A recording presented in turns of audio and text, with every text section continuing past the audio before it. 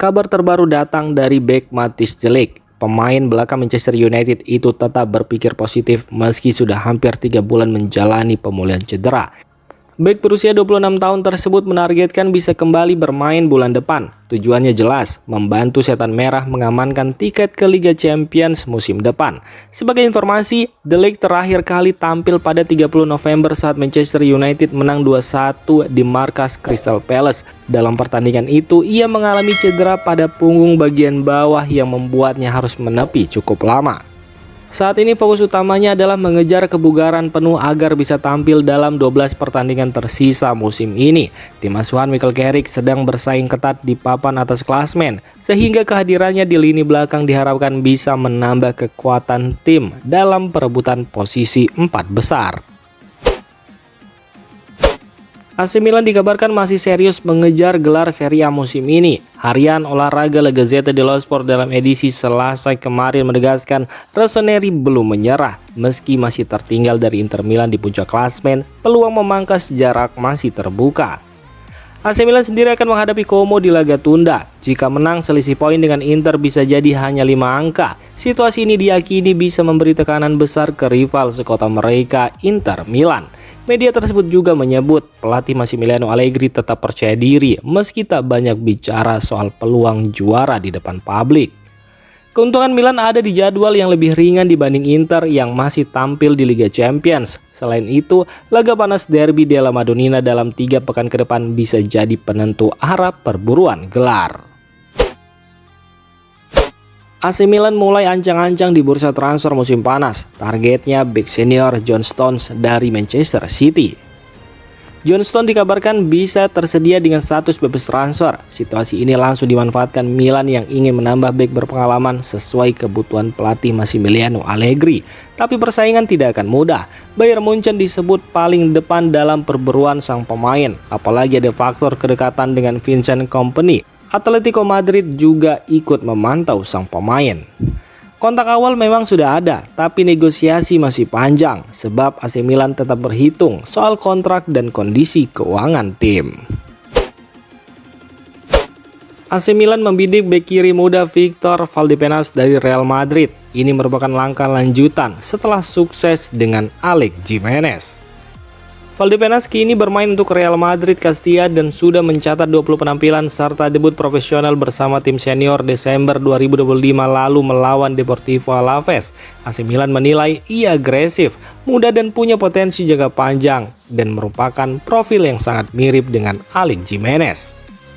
Direktur olahraga AC Milan Iglitari juga mendukung langkah ini karena punya hubungan baik dengan agen sang pemain. Meski persaingan ketat, AC Milan optimis bisa membawa permata baru ke San Siro. Pelatih Jose Mourinho diusir wasit saat laga panas Benfica versus Real Madrid di leg pertama playoff fase gugur Liga Champions. Insiden terjadi di menit akhir pertandingan. Mourinho terlihat marah besar di pinggir lapangan dan terus memprotes keputusan wasit. Ia sempat mendapat kartu kuning, namun protesnya tak berhenti. Hanya beberapa detik kemudian, wasit langsung mengeluarkan kartu merah. Akibatnya Mourinho dipastikan tidak bisa mendampingi timnya pada leg kedua di Santiago Bernabeu. Kehilangan sang pelatih di laga penentuan jelas jadi pukulan bagi tim, apalagi pertandingan tandang ke markas Real Madrid dikenal penuh tekanan. AC Milan memastikan bek andalannya Fikayo Tomori tinggal selangkah lagi menandatangani kontrak baru hingga Juni 2030. Setelah perpanjangan kontrak kiper Mike Maignan, manajemen Rossoneri kini merampungkan kesepakatan dengan Tomori.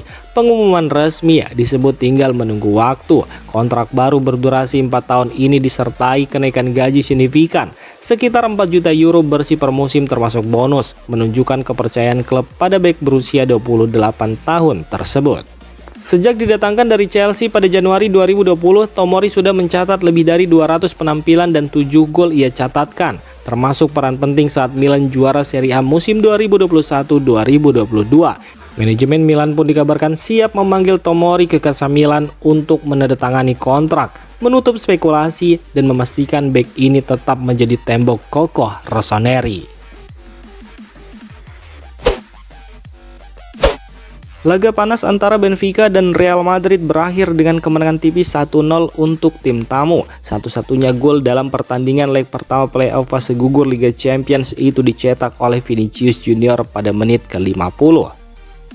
Gol tersebut bukan hanya memastikan kemenangan Los Blancos, tetapi juga menjadi gol ke-31 Vinicius di Liga Champions. Dengan torehan 31 gol dari 77 pertandingan, Vinicius kini menjadi pemain Brasil dengan jumlah gol terbanyak kedua di kompetisi itu, melewati rekor milik Kaká.